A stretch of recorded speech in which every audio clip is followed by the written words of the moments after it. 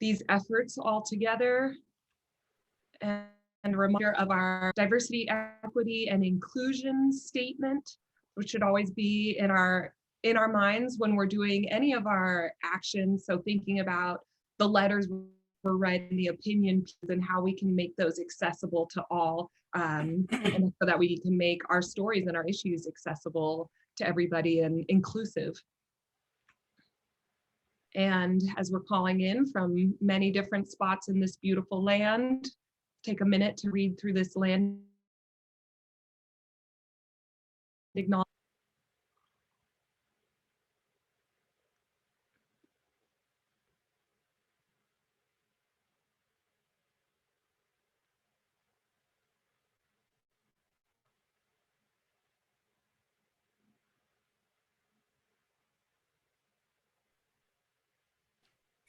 That is very cool. Where did you get that? Did you write that? I didn't write it. It was written by someone named Pharaoh Bolding. Bree, maybe you know more about the origins. Yeah, it was a diversity, equity, inclusion training that Charlie took part in, and so we kind of adopted this land acknowledgement since we are surf riders all over the state. And so this kind of acknowledges the whole state, and Charlie did run this by a tribal member in Oregon to kind of, get their nod of approval. I don't mean to sidetrack things, but how did you, was it Alaka Alliance? Who did you contact for review of it? And a tribal member, someone who works for a tribe. It wasn't me personally, it was Charlie. So I'd have to ask who specifically. I just asked because we were in the middle of working with them on certain things. So sorry. Yeah, Charlie's your guy. Yep.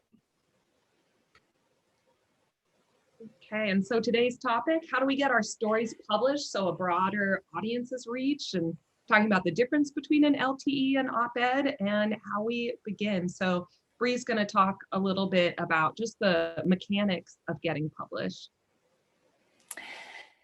Yeah, so this is a tricky one because a lot of us are in coastal communities and have smaller publications. And I'm inviting Paul or anyone else with experience to kind of jump in here. But just from my perspective of helping volunteers find out how to actually get information on an LTE, like what is the word count for their local publication. In general, 300 is like the highest word count I've seen for a letter to the editor. But going shorter is completely fine. And your local paper might have their own word count if you can find any information on their website about it. Some of the bigger publications will have a form on their website. And to be honest, my strategy is Googling publication name, letter to the editor to try to find information. And a lot of smaller publications don't have anything on their website. Our volunteers have written a lot of letters to the Newport News Times, for example. And so I was trying to find the information on their website, and Paul might actually know for sure if it's on there, but I couldn't find it. And so usually we just send the letters to the actual editor of the newspaper. Yeah, that's what I've also done. Right, to Steve Card or whoever's editing at the time. Mm-hmm. And so they usually do have their contacts. And so if there's no page that's specific about opinion pieces or letters to the editor, we'll send the letter directly to the editor. Sometimes it's a form that's on their website. I don't see that quite as often, but I think in Seaside that Jess actually sent one to, I think that paper was a form that's on their website. And so you copy and paste your information and your letter in there. So that the part of like the mechanics of figuring out how you actually submit it takes a little bit of digging sometimes, just to make sure you're submitting it how that paper wants to receive it. But if you can't find specifics, just email it to the editor. And from what I've seen, they always have contact information somewhere on their website, so you can find the editor's email address. And anyone who's submitted a letter to the editor, feel free to jump in with your experience. Yeah, I'll add a little something. So I did one, gosh, when was that? Last summer, I guess. And I submitted it to the Daily Historian, the Seaside Signal, and Cannon Beach Gazette, which are, from what I understand, owned by the same people, but they all had their different submission forms. And with that copy and paste form, I found that the formatting didn't translate. So where I had some bold headers and some links, they didn't translate. So I was able to email the papers and get those put in. So just a note that I learned to look at it once it's been published, if it gets published, and see if there's any little formatting edits you can make. Yeah, and I'm curious, Paul, you'd probably have good advice for this, but oftentimes the letters to the editor are getting published digitally, and then also, depending on the publication, printed in the newspaper, because most of these publications are still paper. We have some on the coast that are digital only, but for including things like links, Paul, do you have advice for that, especially if they're going to end up getting physically printed? I included a link to like an NPR story in June, I think, and in the digital format they ran it that way, and then in the paper format it just, you can't do a hyperlink. So I like to highlight it and do Control K, which brings up that option to just embed the link within the text instead of trying to do a footnote or anything like that. It also saves you on word count, I guess, too, because then so Yeah. So those are that's all I have on like the actual figuring out your publication. I will note, because we are talking a little bit about letters to the editor, LTEs, and op-eds, for a letter to the editor for smaller publications, like submitting them to multiple is generally okay. An op-ed is a little bit of a bigger deal, especially if you're submitting to a larger publication. And so sharing an op-ed that was printed last summer that was written by Charlie, my coworker, and a community member, it was picked up by sort of the big three, the Oregonian, the Statesman, and the Register Guard. And sometimes if they really like it, there's competition to see who gets to print it first. And then you end up working a little more with the editor on maybe making changes. And so it ended up getting picked up by all three, and the title was slightly different and the tone was slightly changed in each one. But as the authors, they worked directly with the editors to kind of finalize those op-eds before they were printed, whereas an LTE just gets printed. And Paul, you might have more to add on that one. Not on the changing between, like, I do know that these big media companies, I mean, like the Newport News Times is owned by a bigger company. And so, I don't know how it moves between smaller papers. I'm not well versed in that. But I did want to follow up on, most of you were here last week and we were talking about the structure of an LTE. And I just got forwarded one on a joint memorial, to state, I think state Congress, talking about some climate action. And it really had the pieces I was talking about last week that I wanted to just touch on quickly before going into publishing in different outlets. So is that cool if I do that? Are you good with that? Absolutely. Okay. So this writer, I'm not going to share the screen. I'm just going to talk us briefly through it. But this writer did a lot of what I guess I was talking about and seems to work to get your word out there. So he introduces himself and then he says where he's lived for the past 7 years. Then he's lived in Eugene since the 70s. And then he says, back in those earlier years when I was much more intelligent, I used to work on Forest Service and Park Service hotshot fire crews in Oregon, California, Montana. Back in those good old days, we called Oregon's West Side forests asbestos forests because they would hardly ever burn and we wouldn't make very much overtime pay on these small lightning fires. So just a reminder, we talked about showing your local connection to place and then inserting a little bit of emotion into your piece like that, back in the good old days, that isn't something you would typically think about when writing a quote unquote professional space, but this person does that. And then he does something really interesting that I just wanted to call attention to because Bree brought it up last week in the ethos conversation about, well, what if a politician says something and then does something else? Or what if a politician says something and then is following through on that? Um, well, I would also argue, what if somebody in seemingly the opposing political camp, right?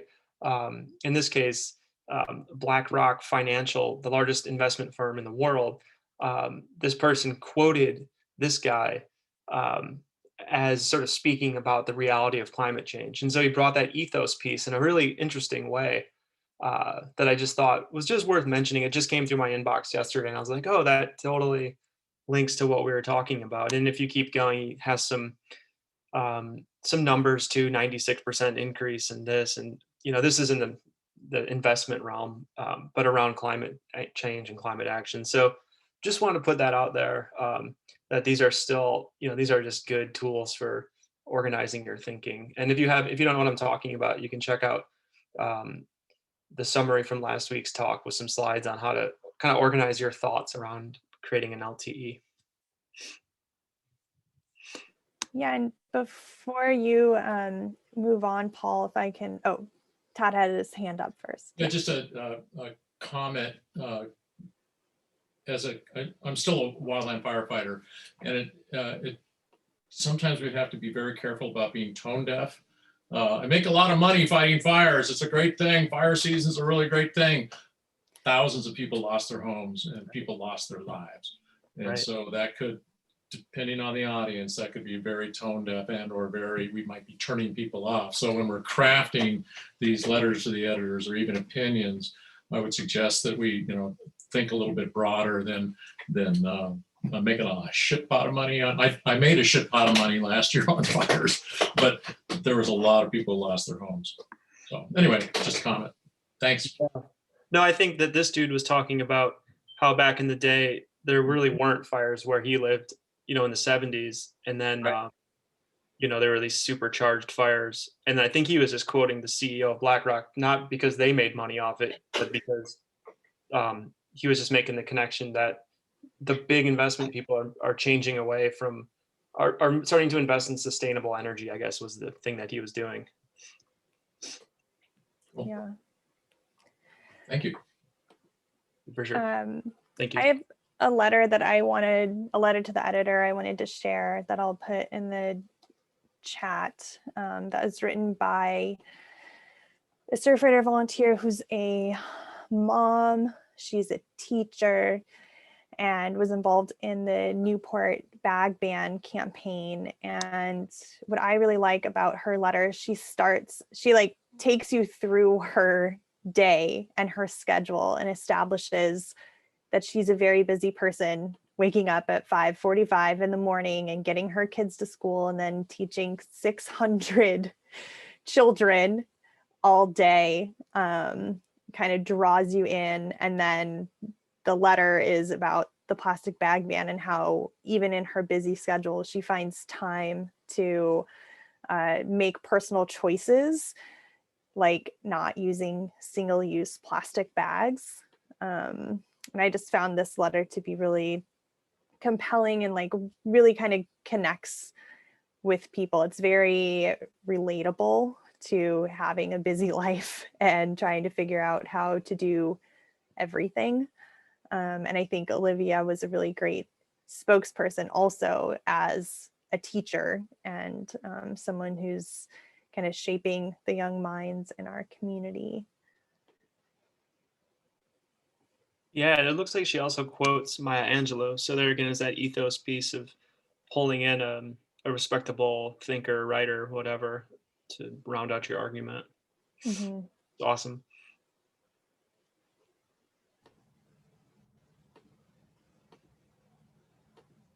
All right, should we move on to publishing? Yeah. Okay, I just wanted to, yeah, say a few things, I guess, on my journey to putting together somewhat of a portfolio. It's ongoing, but just some tips and thoughts on more of the maybe long form opinion pieces or essays. Um, all right, so I just would start. I think Bree said earlier, digging is important. So take a little time and research some relevant publications. We can put a couple links in. Last week we put in publish poets and writers. There's another one I'd like to put in called authorspublish.com. They're cool because they scour the internet and look for different journals, magazines, and blogs that are accepting submissions. And a big piece of this puzzle when you're digging is looking for submission deadlines, um, formatting, as we're talking about. But when these deadline windows are open, I think was what it's about. So this authors publish is cool because it goes through and is like tells you. I get these emails once a week or so saying like 14 new literary journals in environmental writing accepting submissions, and and then I'll go over and see like what they're looking for.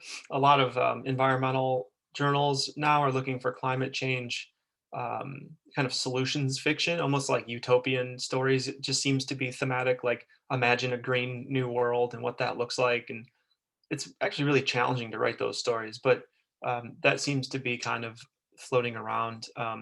But go out, get out, do a little research through these databases or on your own time, and see when the submission windows are open.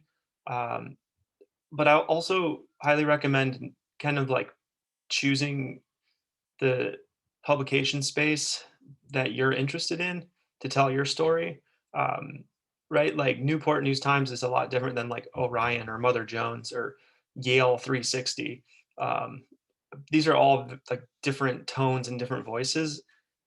So I suggest spending some time looking at what kind of outlet you want your story to be published in. Is this a more of an environmental justice, like High Country News has been moving in that direction? They're an older magazine, totally well respected, and are moving in towards more of an environmental justice and political side. Whereas, you might find another outlet that's more policy driven or more indigenous stories driven or archaeology. Like there's so many worlds in just the environmental umbrella. Hakai is a popular coastal magazine that publishes stories on coastal life.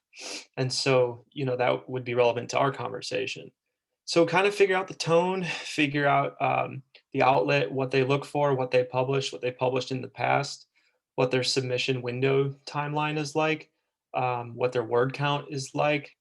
Um, that in itself takes time. Like that's an afternoon, if not longer, just to find an open window with the kind of story that you want to tell. Let me pause there and see if anybody has any questions on what I'm talking about so far.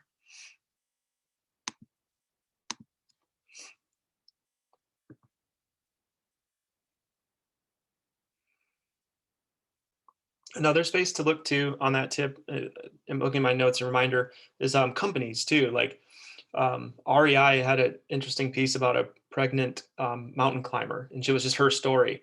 And so I feel like you can find different spaces within companies also to blog for, write for. Outdoor Magazine, REI, Patagonia, those spaces too. Surprisingly, they need content as well. And so they have a whole communications world that they have going that may be relevant for your essay or your opinion piece on whatever. So these aren't the next thing I'm going to mention is I don't know if researching relevant pubs comes first, like a chicken and the egg thing, or crafting a pitch comes first. Because to me, I think what you really want to think about is what we talked about last week is what your story is. But then I think we didn't talk much about crafting it into a pitch or crafting it into like what they call like the elevator pitch. where like you're in an elevator with someone and they're like, hey, what are you writing? And you're like, oh, I'm writing this. And you can say it in one sentence, maybe two, and you can say it quickly. This, to me, I think the hard thing with writing is having a good idea or having a good story. That usually seems the challenge. And so, you know, maybe the first thing you do is you decide what your story is going to be, and then you write it up into a pithy 2-sentence pitch, and then you start sending that out, you know, and seeing what kind of makes sense. But try to make it as succinct as you can. Ask yourself, what, like if you were telling your child or you're telling a buddy, like, oh, I'm working on this story. This is what it's about, and you'll be able to just say it. You know, um, I wrote a story about an all-women crew of tree clearing scientists working to understand climate change in the Blue Mountains.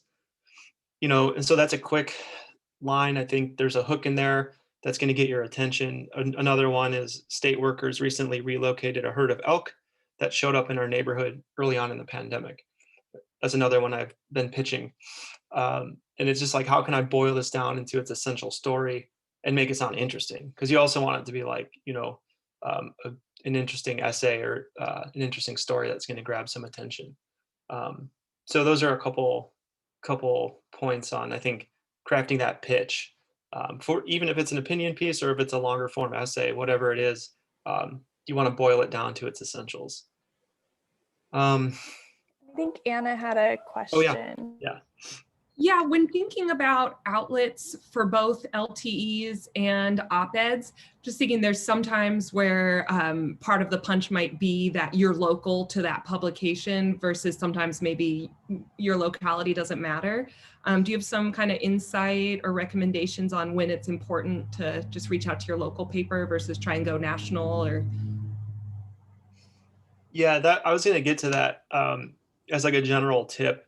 Because I think there's another piece to that with the local piece, and that's reaching out to local activists or scientists or the players in the field in your immediate space or your nearby space for an interview or some insight or some information. Because then if you're crafting your pitch for your opinion piece, and you're like, oh, I've connected with marine stranding coordinator Jim Rice on the recent wash up of sea lions on North Beach, like that's gonna be like, oh, they have a source, they have like they've actually done some research and found a person. So I think it's all about the more local, the better. And I think that blends itself to another point, which is if you can find other writers or artists, really photographers too. I connected with an Autobahn photographer who I had coffee, and then she gave me her contact for the editor, at Audubon. And so like that's a local connection that could feed out into a more of a national space, depending. Like Bree talked earlier about stories getting picked up and kind of moving into other spaces. Started local and then it branched off. So I think it's good to go.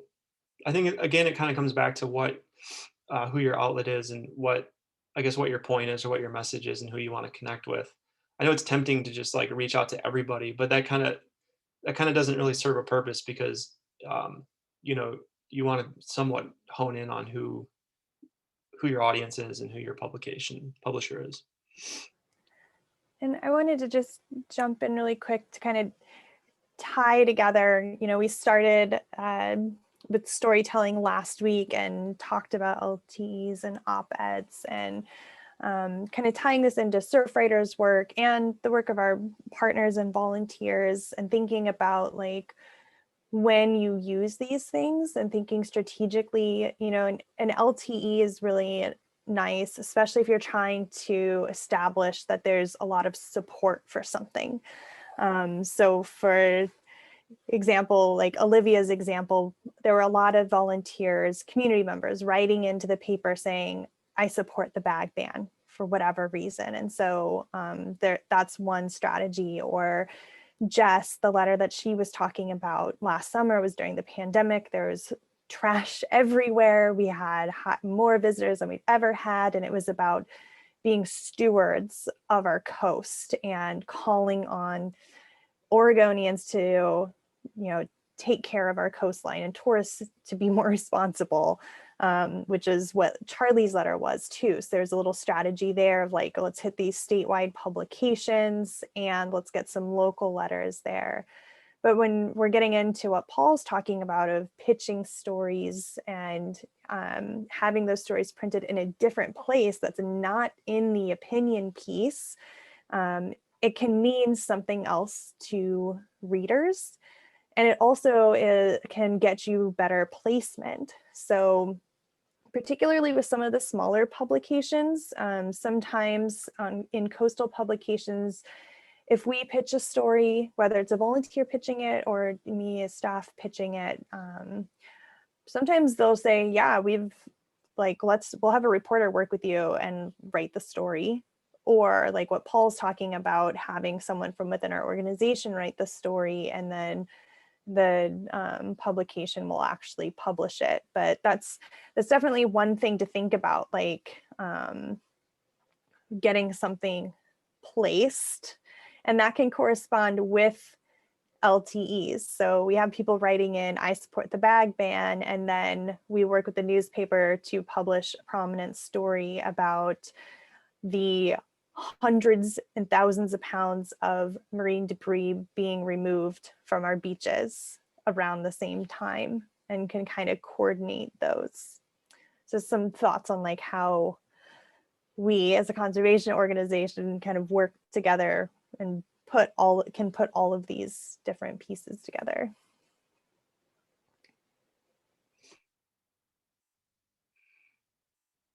Yeah. I just had a couple more points on more of the story and essay style publications, and just some thoughts, having done it for a few years, wanted to share, and then we'll open it up to y'all's questions and stories. One thing also to look for in this space is newer journals and magazines. Often these folks are like branching off of larger publications and they're doing their own thing. Like an editor's like, hey, I'm going to start my own magazine in this environmental realm, and it's going to be just coastal. And I used to work for, Heck High, but now I'm going to do my own thing. And they're often still cool with their old, editor or their old pubs. But the point is, they're hungry for content. Sometimes they are funded for whatever reason. I've seen where you're like new magazines will spring up and maybe they got a grant or some arts grant or something, and they're hungry for content, and they're also willing to take on emerging writers, whereas the big ones, the High Country Newses and the Orions and stuff, like they're a little more embedded with, I feel like, seems to be like more established writers. So keep an eye out for newer journals, newer magazines, newer blogs and stuff. You can get published in there a little bit easier. Also, don't worry too much about like social media in that world. I was kind of worried about that for a minute because I don't do social media, and I reached out to the environmental writer for the Seattle Times and was just like, I really don't like social media, but I understand it's like this something I was like, do I have to do this game to like get my placement, as Bree said, or get my name up? And she's like, not at all. Like, you just need to have a good story. You just need to have a well-written story, and it'll move in the right channels if it needs to. So I just thought that was really inspiring. And last thing I'll say is don't sweat rejection. Like when you send your op-ed out or LTE out or your essay out, and they say thanks but no thanks, or they don't say anything, it's really hard because it's your heart, your art, your soul. But it's often just not the right fit, not the right time. um, and you just got to keep going. Like, it's nothing personal. Um, it's going to happen. So you just got to keep moving. So yeah, look for newer journals. Don't sweat rejection, and don't worry about social media. Would be just some thoughts, some opinions from someone who gives it a try.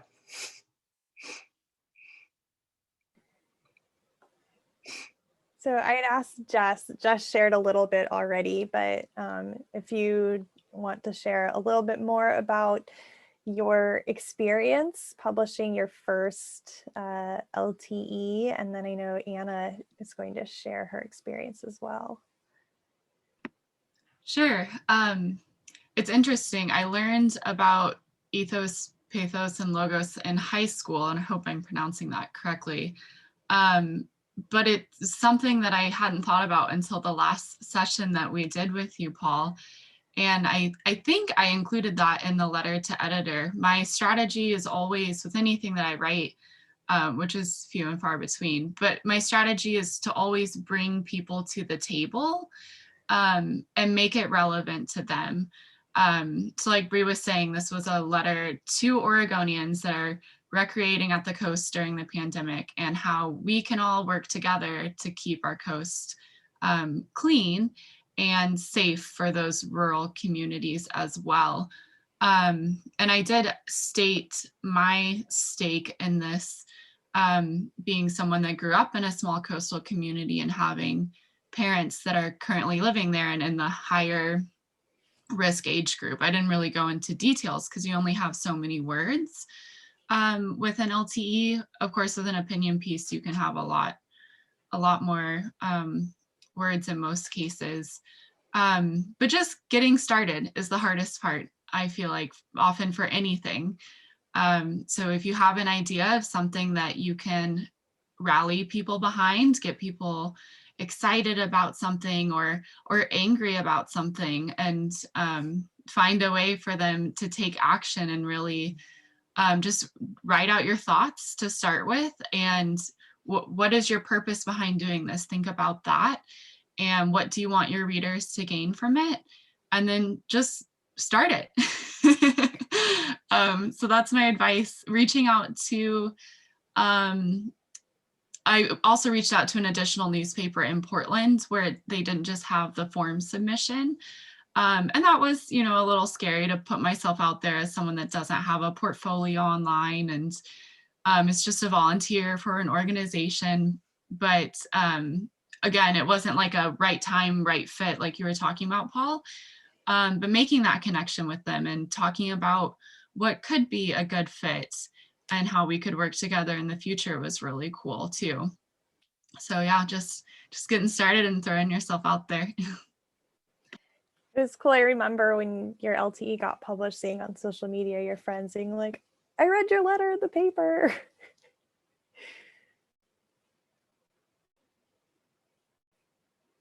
Anna? Thanks for sharing, Jess. Yeah, I wrote my one and only op-ed when I was in grad school a couple years ago, and I was just so into my thesis that I thought, well, I'm going to spend all this time researching and writing, and then like 3 people are going to read it. And it's important, to me, it was a really important topic about plastic pollution. And I can't remember who, but somebody suggested getting an op-ed published, which hadn't even occurred to me.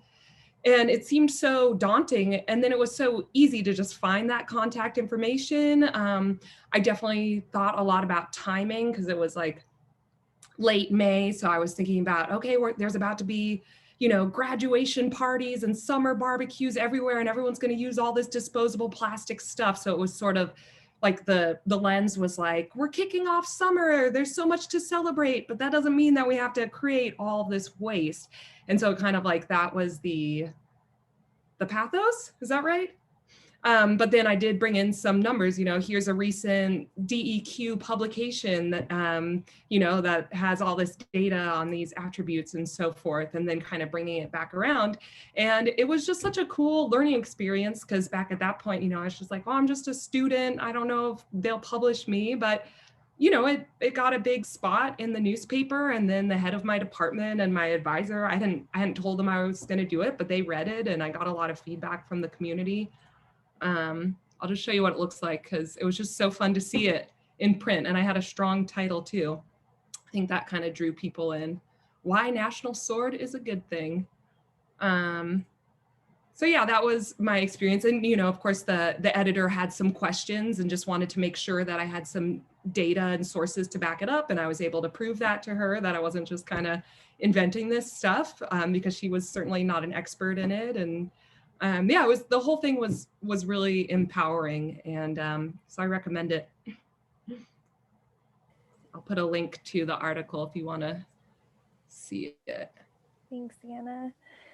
And another tip, especially if you're feeling like you don't know where to start. I know we have people that volunteer with other organizations on here, but if there's a nonprofit working on the issues that you care about that you want to write about, contact them.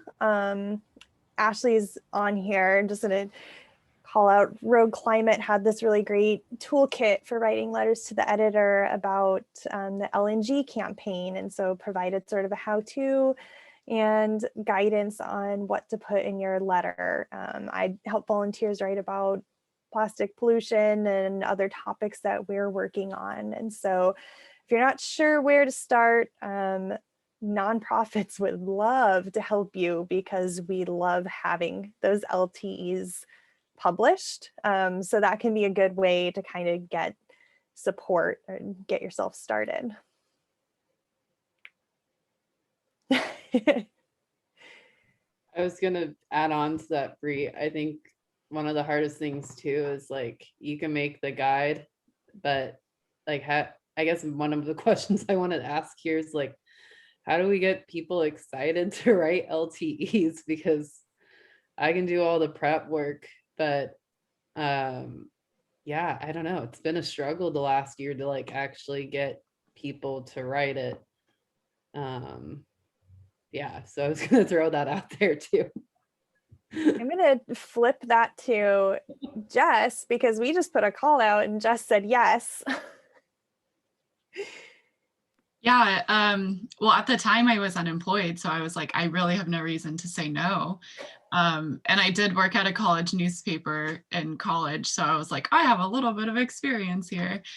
But I don't know, maybe just reminding people that it's not as scary as it may sound. And like I was saying earlier, getting started is the hardest part, and providing some examples too. Maybe even stressing that if it is an LTE, that the word count is so short. You can do it so fast. Yeah, that's what I would say for that. Yeah, I feel you, Ashley.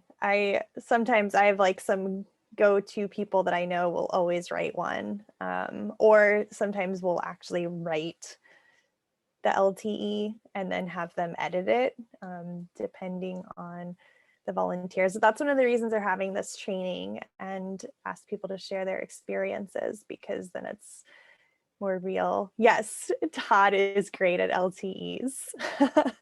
Todd, do you have any tips for us? Well, I heard from a lot of people that they're very easy, and you just do it.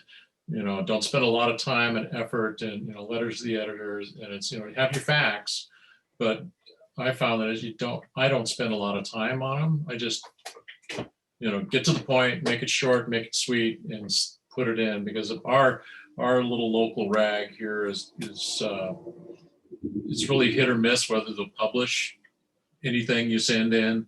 I mean, it's a very, you know, it was just bought and sold here, what, a couple months ago, and they're a conservative, you know, Republican bunch of folks. So, but again, you know, it's just like the, what is it, the Nigerian prince, you know, you put out 100,000 hits and maybe you get 1 or 2 hits, you know, you just got to keep trying and keep it going. So that's my advice. That's an amazing analogy.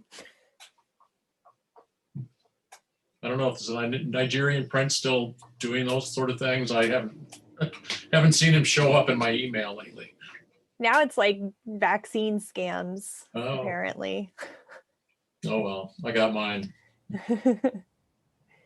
Great. Well, maybe on that note, I will share our action item, which I probably don't even need a slide to show it, but for us visual learners out there,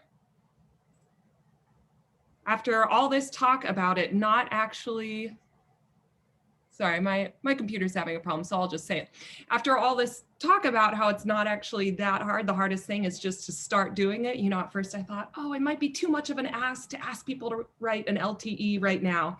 But to prove our own point that it's not that hard and you just got to do it, tracking down the contact information for your local news source, or a news outlet that is relevant to what you want to write about, and figuring out who to contact, what the word count is, and so forth, and just writing something. I mean, if you have time today, just sit down, and it doesn't have to be refined. It can be just kind of stream of conscious of what is the main purpose of your story and why, and then you can always edit it later. And like Paul said last week, try reading it out loud, read it to someone else to make sure that your thoughts are coherent and clear, and just get it done. Think of it just as an exercise and as practice. And if you're interested in doing longer format, looking for places that are going to be publishing, looking at those websites that Paul mentioned, and starting to craft a longer piece, get multiple sets of eyes on it, and kind of start putting out those feelers of what publications are looking for and if they'd be willing to work with you on publishing your story. Thanks for including that link, authorspublish.com. Yeah, what's up, Ashley? What were you thinking? Oh, so I get one of the things that like I've been experiencing with LTEs the last year, is that, you know, we can get people to write a great LTE, submit it to like the Oregonian or Statesman Journal or whatever. And it seems to be like the last year, like it's been really hard to get like pieces published, because something like Jordan Cove LNG, they're like, oh, well, it's been going on for 15 years. We've had plenty of pieces on that. Yeah. And it's like, but like there's new stuff that's happening, and like, you know, so I guess like what are suggestions on like trying to make a topic that maybe seemed like, I don't know, old, seem new to publishers? Well, they might be fatigued with the topic, and that's understandable. That's where I think perhaps shifting your publication space and finding a different journal or an emerging journal or some other space to publish it might make sense. Or honestly, too, like I'm not into it, but I know plenty of people just have their own blog, and who's to say that your reach wouldn't be as deep with your own? You can definitely throw together a WordPress site, a website, and start blogging on your own space and telling your story that way too. So they're probably just fatigued with that content, and again, not the right time, not the right space right now, but keep trying, and hopefully it'll land at some point. Thank you. Yeah. Are there other questions?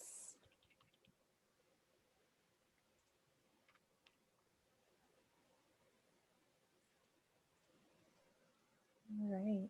Yeah, it definitely can be a little intimidating at first, working with the media, but hopefully, as you've heard from different stories that have been shared today, it feels a little bit more accessible. But I love sort of the tips of, if you never start it, it's obviously never going to get published, and rejection is not personal. But there are a lot of really passionate people on this training and that I work with every day, and there are so many times where I think, oh my gosh, if someone could just hear or read this passion, I think that it would spur people to think more or maybe take action on these subjects. And I know I keep calling out Diane, but when the way you talk about scuba diving, it's gets me excited. It makes me miss it. And so thinking about kind of honing your passion and communicating your passion on these topics, it can really be infectious and it can really make a difference. And I have heard elected officials reference letters to the editor that they've read, and it really does, they really do get heard. They really are important for making change, not just letters to the editor, articles, op-eds. The decision makers, the powers that be, they are paying attention to that. There was a story in the News Times, and now I'm completely spacing, but that story got elevated to national news about the homes falling off a cliff in Lincoln Beach.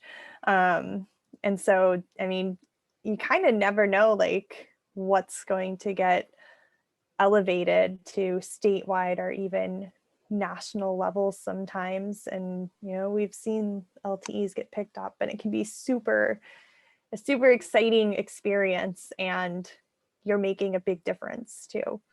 There was another one, Bree, that I think a police officer from Newport wrote an LTE about not calling 911 when there was hoarding toilet paper.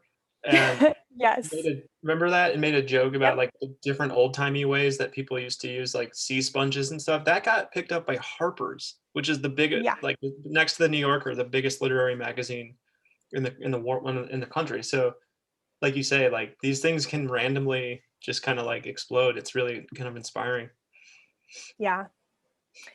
And of course, if it's related to ocean conservation, we've got several blogs that Surfrider, we have our local ones and our statewide one, and we're happy to host guest authors.